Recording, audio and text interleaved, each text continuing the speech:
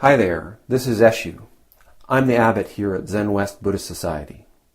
This Living Zen-podcast is just one of the many resources we've created at Zenwest to make Zen practice and training more available and accessible to people all over the world. Instructional videos, printable resources, and much, much more are also available on our website at www.zenwest.ca. If you're a regular listener, I'd love to hear from you. So please drop me an email at office@zenwest.ca and let me know who you are, how you got started, and what brought you to Zen. Everything we make available in person and online at Zenwest is only possible because of the support of our members and associates, people like you. If the efforts of our community are making a difference in your life, I'd like to invite you to show your support and take part in making it happen by becoming an associate or member of the Zenwest Sangha. You can do this by clicking the Join Us tab on our website at www.zenwest.ca. Thank you for your support, and thanks for listening.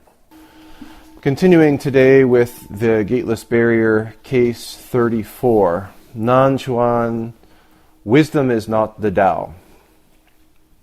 Nanchuan said, mind is not the Buddha. Wisdom is not the Tao. Wu Men's comment says, it can be said that Nanchuan got old and knew no shame. He opened his stinking mouth a little and revealed the family disgrace. Only a few truly appreciate his great kindness. Wu Men's verse says, the sky clears, the sun shines brightly. Rain falls, the earth becomes wet. With every kindness he has exposed the whole, but I fear nobody can appreciate it.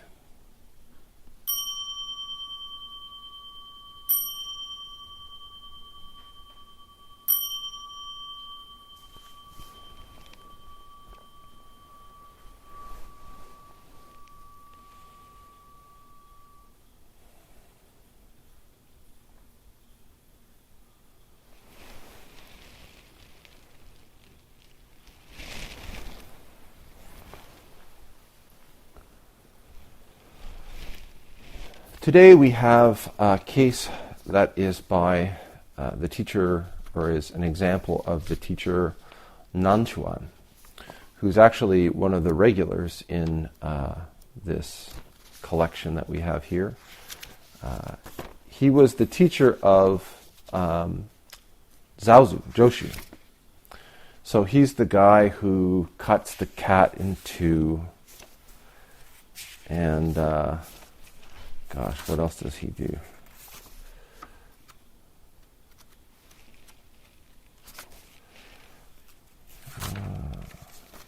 Anyways, he's in several cases. Cutting cats, ordinary mind. Oh, I was going to bring this one up too. So Nanchuan is actually a generation. He was a disciple of Mazu, who is the person that I've been talking about a fair bit lately, because he is in case 30. The case is Mind is Buddha.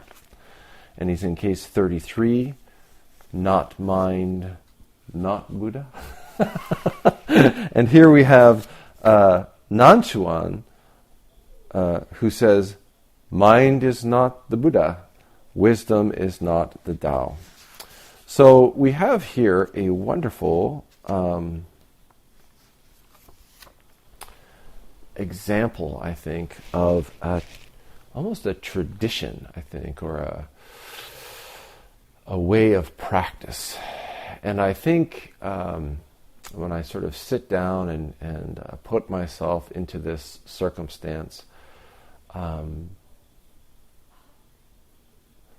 I see that there's a tradition with the disciples of Matsu and Matsu himself, in which there is this sort of renewing challenge to express this Dharma in a way that's fresh and in a way where people aren't getting stuck. And so the story that goes with this one is essentially that This isn't Nanchuan saying even.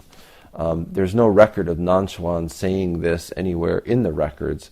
It's actually the only place where it's really accredited to anybody. It's actually one of Nanchuan's Dharma brothers, another disciple of Matsu, who says this. And the rest of the verse made me laugh when I was reading it this morning because it reminds me of a joke.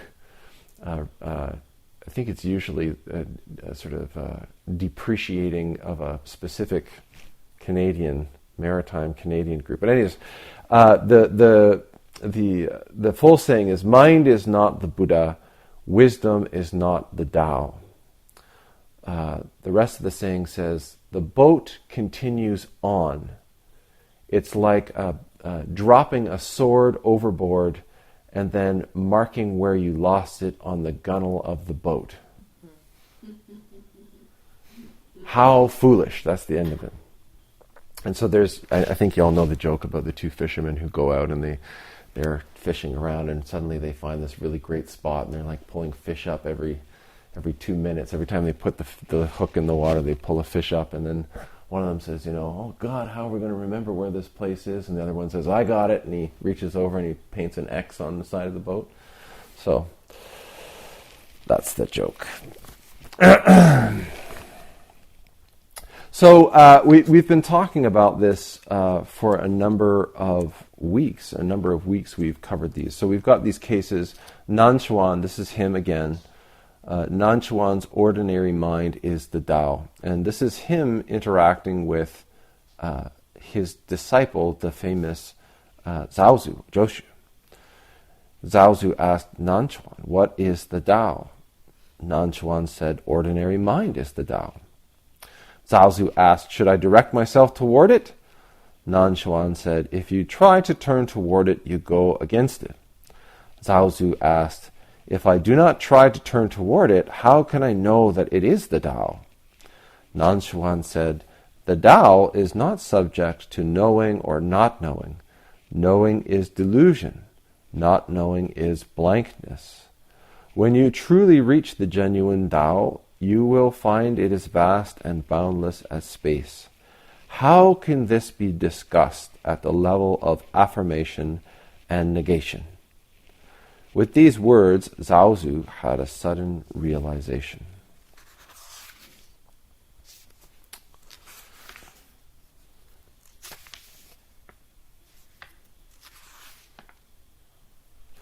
Case 27.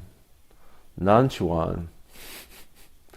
Not mind, not Buddha, not a thing. A monk asked Nanchuan, is there a fundamental truth that has never been expounded for people? Nanchuan said, there is. The monk said, what is the fundamental truth that has never been expounded for people? Nanchuan said, it is not mind, it is not Buddha, it is not a thing. Matsu. Dame asked Matsu, what is Buddha? Matsu said, mind is Buddha. A monk asked Matsu, what is Buddha? Matsu said, not mind, not Buddha. Today's Nanchuan said, mind is not the Buddha, wisdom is not the Tao. So we have this tradition. It seems like, and we have to remember again the story where later Dame, who asked the first question about what is Buddha, my mind is Buddha. And someone goes back and says later, oh, he's not teaching that anymore. Now he teaches not mind, not Buddha. And Dame said, oh, whatever. I still say the mind is Buddha.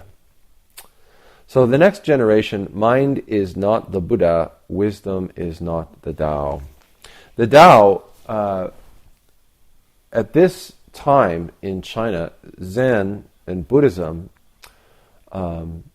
they're still fairly fresh. I think it's only a couple hundred years since Bodhidharma has arrived, maybe 300 years, which in terms of Dharma assimilation, is actually a fairly brief amount of time.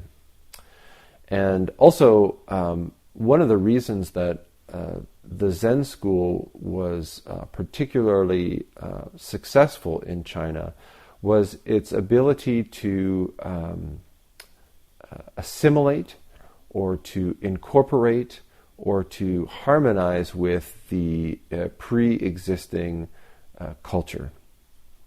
So when you see these old texts, it's quite common in the record of Rinzai as well, you see Rinzai's using terms person of the way.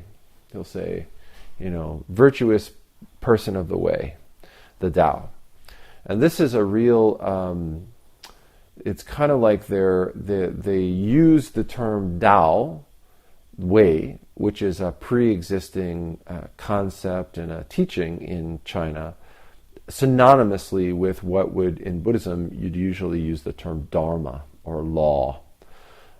And they have similar tones, and arguably you could say, well, they're talking about the same fundamental thing, not really a thing, but the same activity, the Dharma activity or the Tao. So in this day, Nanchuan is talking again. We have this essentially impossible task before us. And I've just been talking a fair bit about this fairly recently.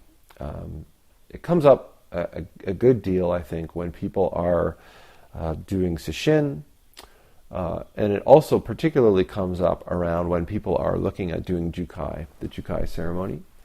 And this is that we like to think that we're fairly upfront about our Zen practice, particularly if we're developing a regular, consistent daily practice. We get up in the morning and we sit, or throughout the day we sit. We go and sit regularly with the Zen Center and in our community on Tuesdays or Sundays or whenever we go and sit with other people and practice.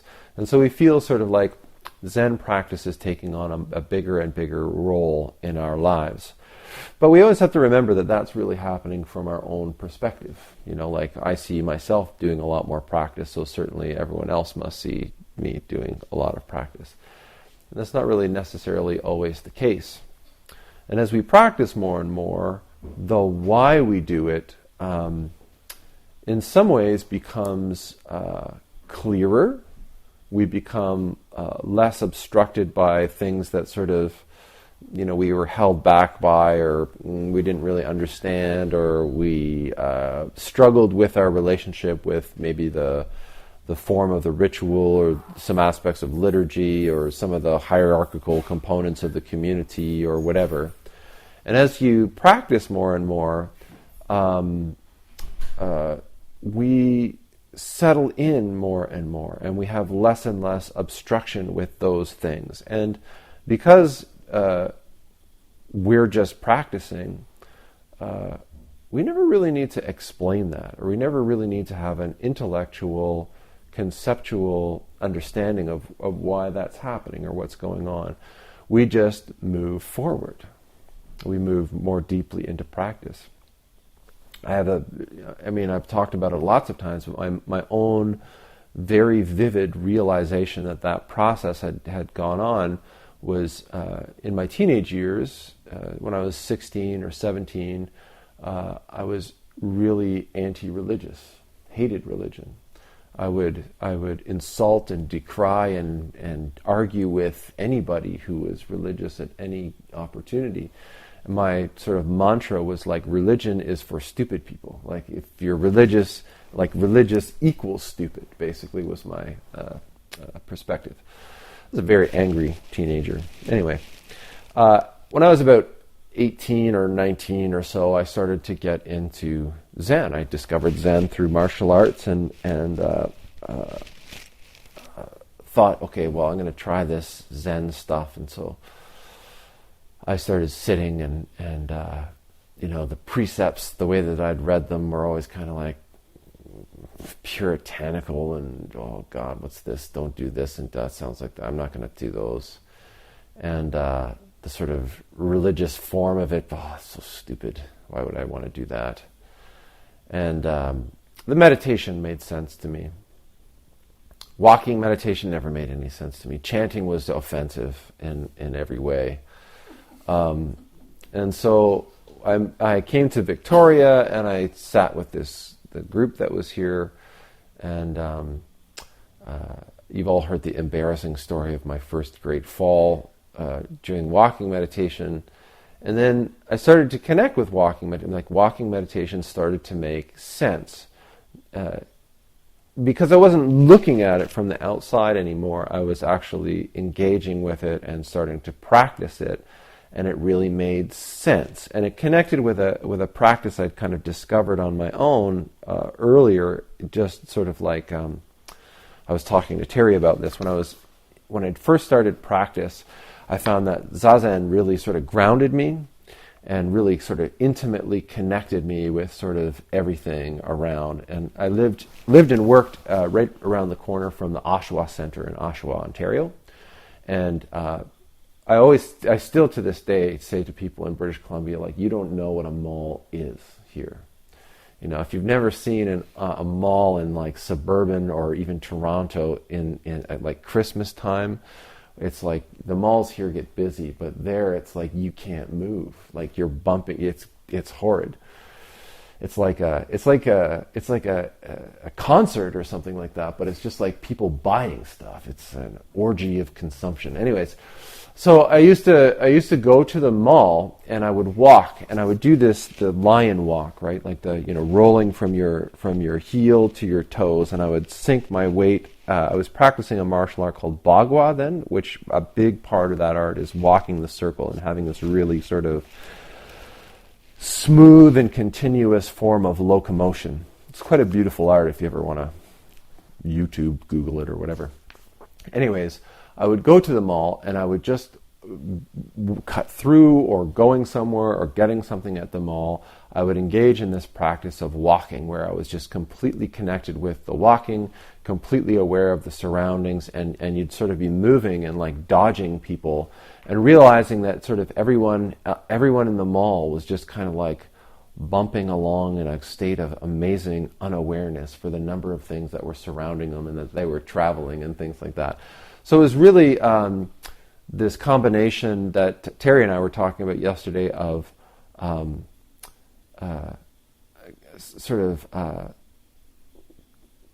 attentiveness or quietness and speed combined. And it just really requires you to kind of be there, or else tragedy will befall.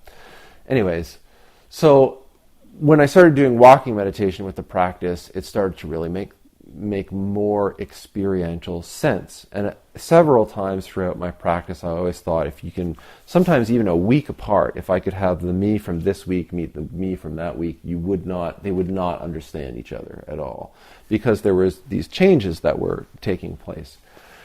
Chanting, particularly in the beginning, made no sense to me at all. And it was always, and especially God, when I first came to Victoria, everything was in Japanese. And I was really logical and I didn't want to chant any religious bullshit, right? And so, and worse than it being in Japanese, when I said, what does this say in English? They would say, the point of chanting is not to understand what the words say, but to simply chant. Which now I can look back and say, well, that's true to some degree, but also to a person who doesn't want to chant religious bullshit, it's not satisfactory. And I think the idea of that correction is really, the idea is that, well, if you say that to somebody, then they'll put it down and they'll just engage in the activity of chanting, which at least for me, and I think for many people, is total nonsense. It just means they're going to go try and find out about it somewhere else. And And I don't think the internet was really a big thing back then. So nowadays, it's like you can say that all you want, but people have Google. So you might as well answer them so that later on you don't have to build a web page where you're trying to correct all the misunderstandings that have happened because people have been left onto their own devices to sort of find out this stuff. Anyways. So, and I never liked chanting, never understood chanting even until I went to Mount Baldy to start training. And the reason was because the chanting that was being done at the Victoria Zen Center was terrible. And it was really, and when I say that, what I mean is that for, I think, every person who was chanting, there was a real dissonance in their mind and body about the activity of chanting. So they were chanting, and it was always, as I've told you many times before, originally in Victoria, it was a lot of 60 to 80-year-old ladies. Most of them were from the Christian tradition and wanted a sort of contemplative practice to support their spiritual practice in a really Christian tradition. They collected around the Zen Center because that was the group of quiet people who were there, and being there and having Eshin come over from Vancouver periodically, we all chanted the Zen chants in Japanese, and so they sort of courtesy chanted. You know what I mean? So it was like they were moving their mouths and making sound, but that was kind of it. And so it wasn't until I went to Mount Baldy where I and the first session there where I was chanting, where it was kind of cool there. When I first went there, they didn't even have a mokugyo. They had a big stump. It was a tree stump, and it had a big, like, just a leather, like a rawhide skin stretched across it, and it was all like tacked in, and it was just a big drum basically made out of an old tree stump. Like, that was Mount Baldy, and you just hit it with a stick with a bunch of rags wrapped around the end of it, and dum dum dum. And I remember when I first went there, it wasn't during a session, and there was only maybe 10 people there, and I think 6 of us were all new, like same day came in new. And so we started chanting, and then at the first teisho, you know, just like we do here, the Roshi comes in and we're all chanting, and he sits down and reads the case that he's going to talk, and then before he actually starts talking about stuff, says, "You all sound like sick cattle." And he started to sort of like demonstrate like how to connect with chanting and what to do and all this kind of stuff. We still didn't get it. And then during the first session, when all the old-timers came and all the experienced practitioners came for sitting, and there was like 60 people in those days, you got it, because the sound was pervasive and it swept you up. There was no option to sort of stay distant from it, because it was immersive and it was connective and it was like it was an experience. So again, the sort of the person who got that, or the person who experienced that, and the person even a couple of weeks before, there would be a disconnect between those two, because it was a matter of like, oh, fuck, we've got to go to the Sutra Hall and chant again. And there it's like hours. It was like an hour of Lotus Sutra and everything like that, and all in Japanese. And I would always be like, God, the only person who even speaks Japanese here is the Roshi, and he doesn't go to the chanting. You know, like, oh, stupid this is. And then a week later, after sort of hitting it, it was like, oh, this is why we chant. Because there's a connection, and all of the stuff that we're always talking about and stuff, it's like experienced in that. So that's how practice continued for me. And I never really sort of pieced that together, but I continued to sort of take the next step, There was no jukai in my, Sasaki had quit doing jukai after a few years when he was in America, because he was like, oh, people just want to come and get a little ribbon and a name, and I don't want to do that. I want people to be committed. So he would only do ordinations. We had our wedding ceremony in '98, where is pretty much the Jukai ceremony, 5 precepts and everything like that. And so I took those because it seemed like a good thing to do for a marriage. And then the next January I was ordained, and so I took those sila as well and got a different name 6 months later, and so continued my training and everything like this, and never really thought like, okay, now I'm a priest or now I'm a religious person or anything like this. And then it was a year or two later, I went down for sesshin at Rinzai-ji, the temple in Los Angeles, and they asked me to do the sort of jiki-joko role. Those sesshins, what would happen is because they were really big and they were quite taxing if you were the jiki-jitsu, you'd have jiki-jitsu and joko, and they would alternate every day. So the next day the joko was the jiki and the jiki was the joko, and so the second day I was the jiki, and so the big temple.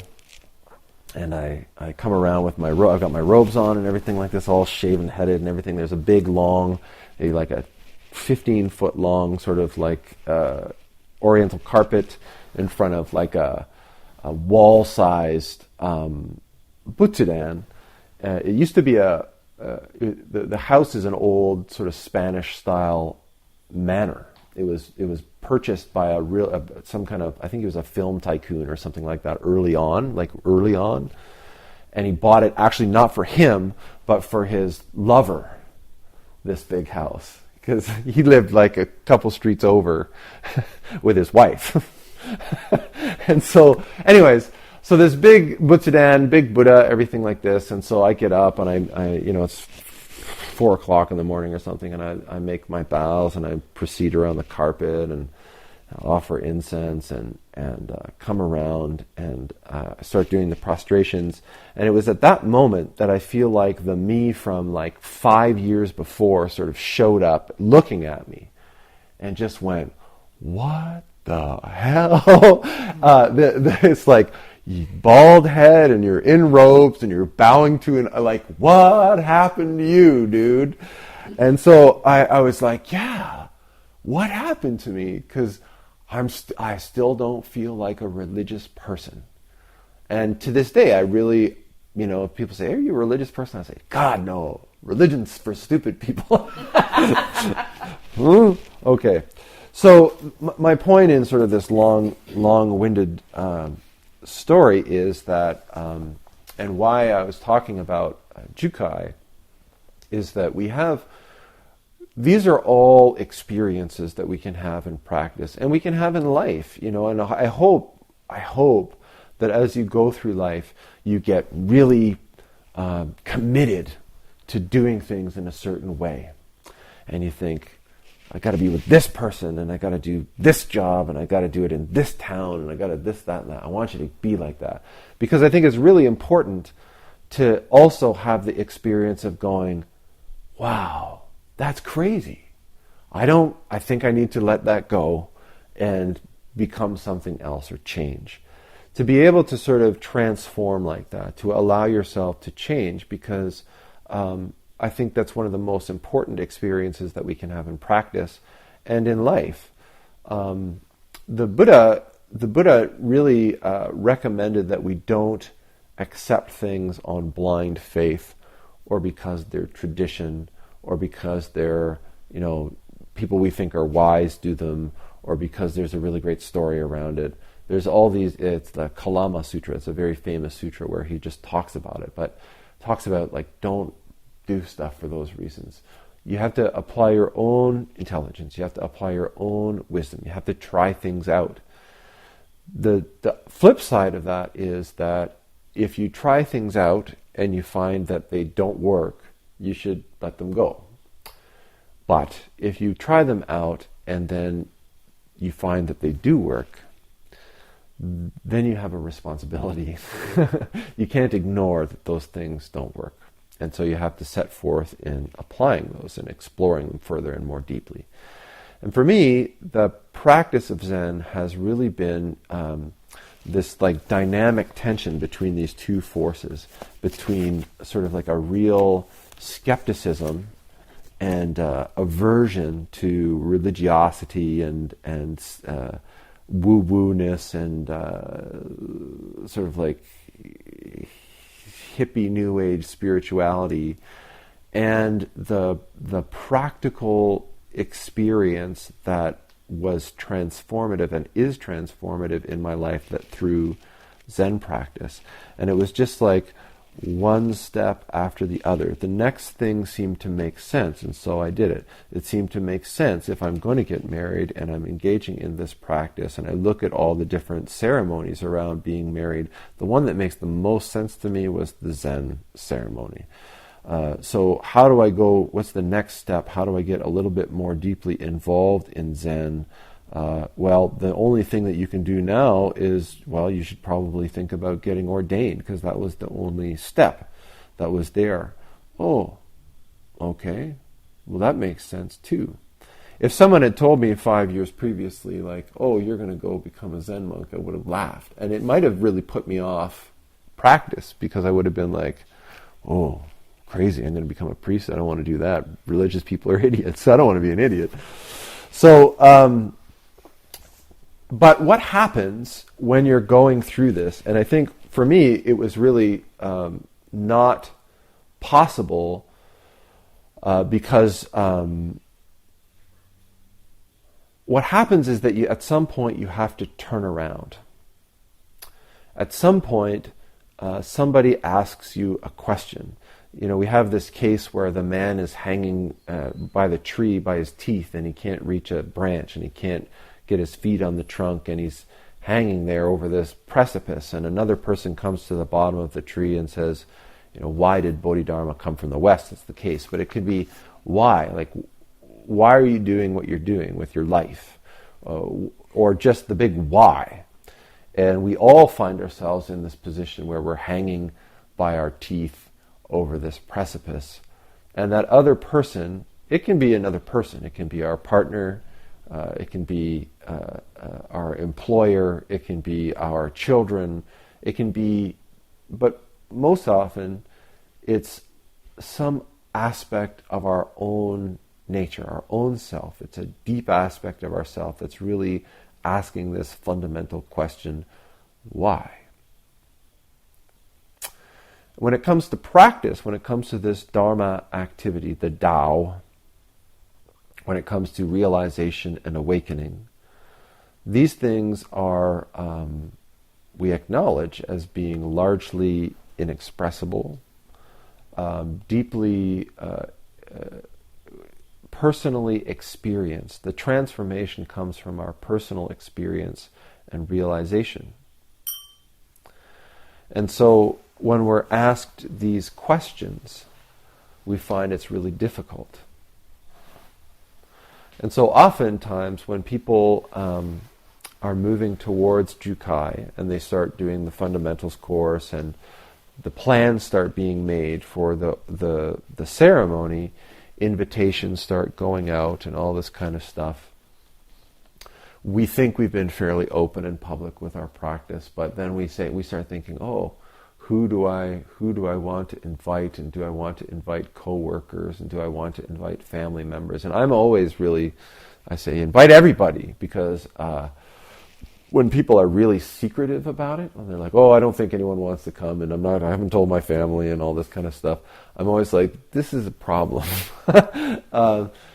I don't want people to be proselytizing and things like that, but the whole point of having this sort of public ceremony is it's like a coming out. It's like okay, so yes, I'm engaged in practice and I'm making a commitment. And part of the value of that commitment is that when you make a public commitment, you have people who can hold you accountable.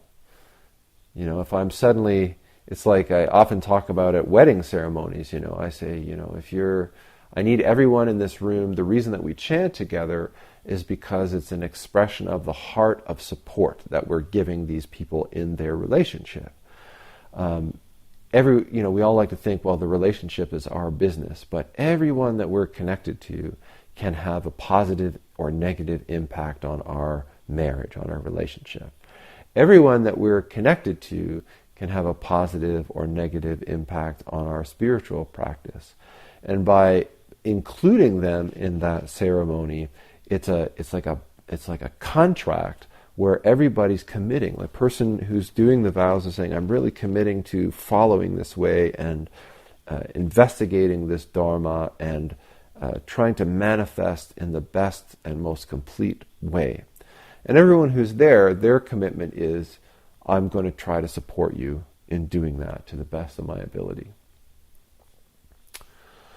And then after the ceremony, and I always say during weddings, so if you're not here with that spirit, you should leave before you start eating their food. Because it's important. Anyways, what happens after the ceremony is that suddenly you've got these robes, and you've got this name, and you've got, obviously you have this practice. And then people who have questions, because you've stepped out in this public way, feel less inhibited or more free to ask you questions about that. And one of the most common questions is, and it's phrased in all kinds of different ways, but like, what is Zen, or what is Buddhism, or what is, why do you practice this, or what has Buddhism done for you, or how has it changed your life, or, how has it improved your circumstance? All of these are fairly simple, easy, top of my head questions. The responses to those questions are really difficult because they're experienced. And, it's like, how do you capture a sesshin's worth of transformation in a way that is expressible to someone over a cocktail weenie? Like, it's really hard to do. And so when we come to koans like this, when we come to cases like this, and when we're talking about teachers like Nanchuan, student of Matsu and teacher for Zaozu, we have to really understand that when they're giving these kinds of responses to questions, it's coming from usually a lot of practice first, their own realization and practice first, and then it's coming from lots of great examples of practicing with a really good teacher who's obviously, the style of this, if not directly coming out of Matsu's mouth, the formulation, the style, the pointing way of it is heavily influenced by Matsu and is carried through into Nanchuan and then into Zaozu and then all the way down to today. So when we hear these kinds of responses, it's very important for us not to just be, we're not asking directions to the bathroom. This is not a superficial response. This is a very, I wouldn't say considered, but live response. And it takes all of the things that we hold dear, that we want to value, that we want to treasure or hold up or make special or imbue with sacredness. I mean, if you look at the sentence itself, the big words, there's big words. Mind, which is not just our mind, it's our heart mind, shin. Buddha, that's a big word, the one who is awake. Wisdom, prajna, right? And Tao, so the way or Dharma. This is like 2 sentences with 4 like bomb words in it, right? So, and then the tying thing is mu, or not. It's empty. Mind is empty, Buddha is empty, wisdom is empty, Tao is empty.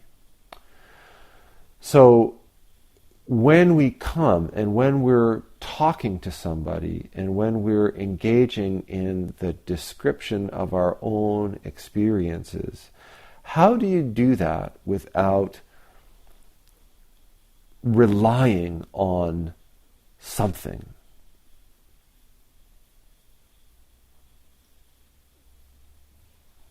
Nanchuan says, mind is not the Buddha. Wisdom is not the Tao. Wisdom is not the Dharma. Wisdom is not the way.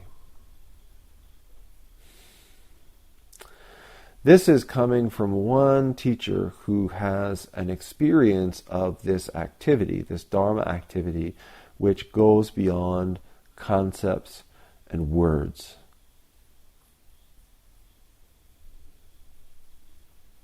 What is the Buddha? What is the way then? If it's not, the mind isn't Buddha and wisdom is not the way, what is Buddha? What is the mind? And there's lots of cases and examples of this. Let's get a good one here. One of my favorites.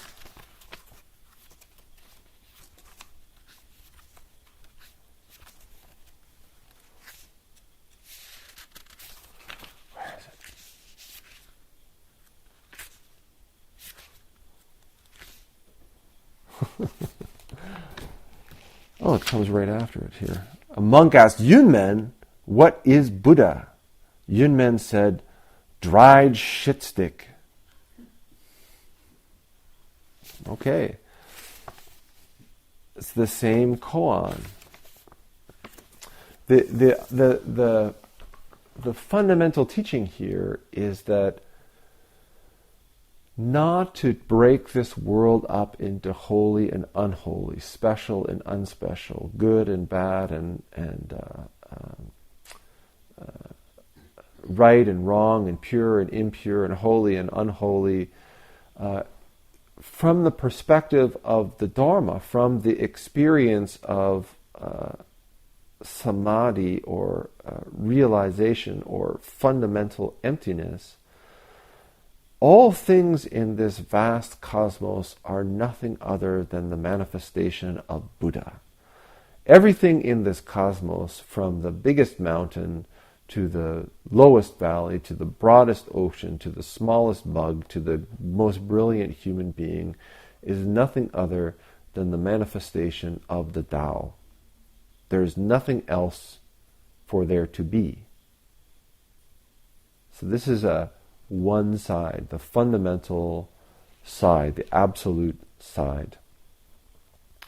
But there is a response. There is an answering of questions. And that is the manifestation of the relative side. The challenge that we have as practitioners is to really recognize, I think it was Yasutani Roshi who used this phrase I say quite a lot, which is, I can't so much as fart for you, let alone give you an experience of insight. So someone asking a question about why do you do this, or what's Buddhism, or what's Zen, or what's it like to be enlightened, or are you enlightened, or all those kinds of questions. You have to start from the perspective of there actually is no satisfactory answer. There's no way that you can answer any of those questions in a way that's going to be fundamentally satisfying for that person. Even if you do give them an answer that's intellectually satisfying, you might actually be doing them a disservice if they go away and say, "Oh, I get it," or like, "I understand what you're talking. I get what a session would be like." All we can do is point. All we can do is gesture towards something and allow the person that we're talking to make the leap, to realize it in their own life, to realize or to explore the the spaciousness, to explore this Dharma activity themselves.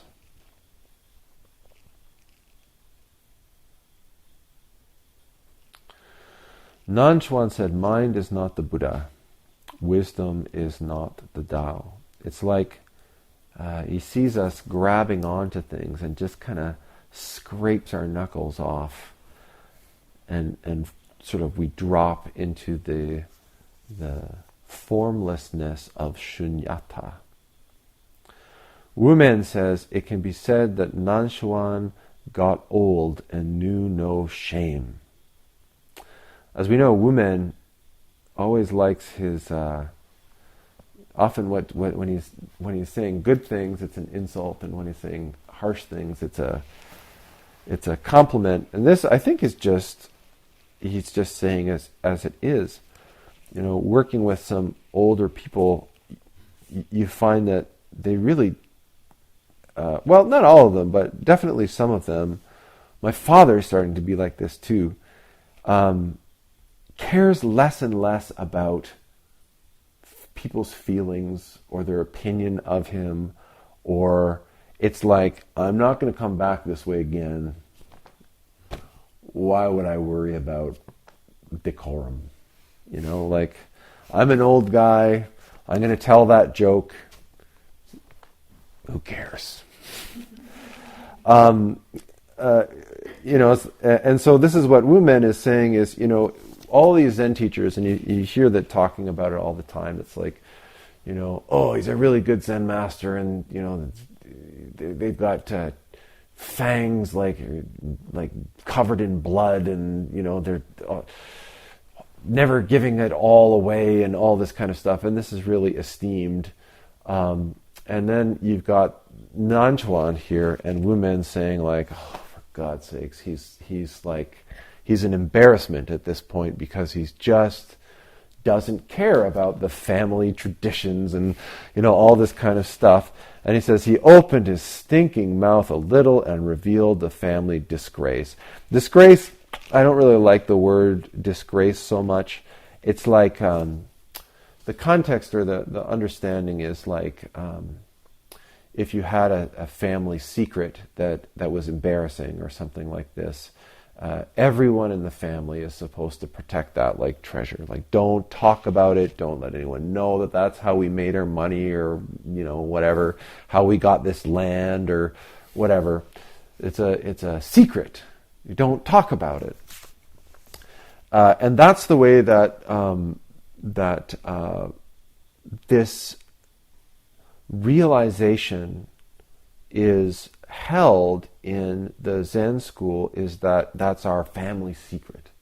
And the way that you experience that is by becoming a part of the family. You become a part of the family, and then it's also your family secret. And that's important for us not to just go splashing about to anybody who expresses a passing interest in what we're doing here. That's the sort of superficial sort of attitude. And this is what Wumen is commenting on. It can be said that Nanchuan got old and knew no shame. He didn't care about that anymore. He opened his stinking mouth a little, and he just spilled the beans to everybody in this statement. Blah! Big mouth. He's talked about that before, like people like being like a shellfish opening up, and you can see their liver and spleen, and it's all exposed, right? And then the last line is, only a few truly appreciate his great kindness. So Wumen kind of exposes his hand and says, I don't really dislike this guy at all. He's actually pretty awesome. And in some ways I find that this is like, I don't know, for me, particularly being a parent and being a Zen teacher, being sort of in the public eye a lot, you know, I'll see somebody, you know, that's older, and they just don't give a shit anymore about what people, and you kind of go like, oh, wouldn't it be nice? Wouldn't it be nice to just say everything? Oh. And I think kind of this is what Wumen is also pointing to as well. He's kind of saying like, oh, big mouth.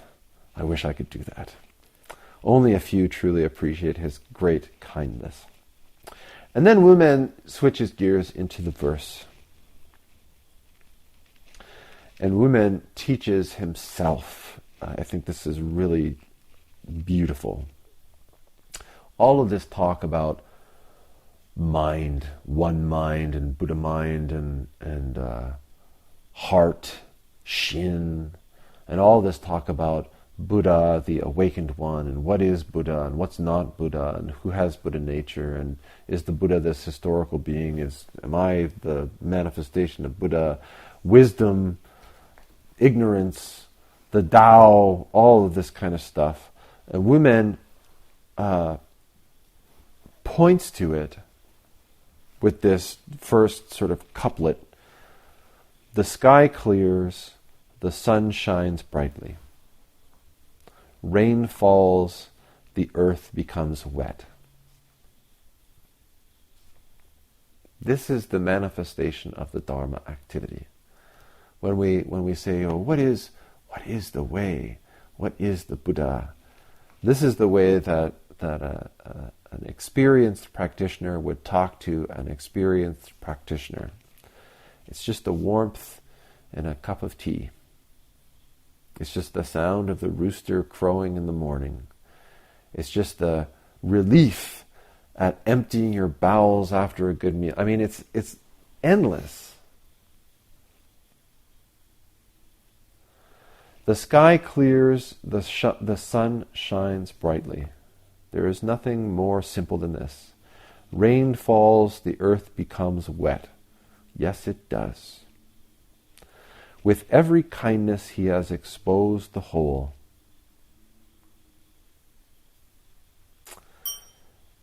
Oh, geez, again, eh? Really bad. And then Wu Men says to all of us, it's an echo of the comment. In the comment he says, only a few truly appreciate his great kindness. And his question is, can you appreciate this great kindness? Can you appreciate what it is that he's pointing to? And in his verse he says, but I fear nobody can appreciate it. He's exposing the whole world in this phrase, but I worry that nobody can appreciate it. So this, I think, is a challenge for all of us. Because it's not just some verse that Nanchuan said hundreds of years ago about someone asking him what was the Buddha. It's how do you use your life? How do you use your body? How do you use your voice, your experience, your own wisdom to respond to questions that you're being asked? Not just by external people, but also how do you respond in such a way to questions that are arising or being posed by you yourself? How do you find the depth and experience and wisdom to manifest an appropriate response to this deep, genuine kind of questioning? Thanks for listening to the Living Zen podcast. If you follow Living Zen through iTunes, I would very much appreciate it if you would take a moment to let me know what you think about it by rating or reviewing the podcast, so that new listeners can also hear what you have to say. Thank you for your time and for your support.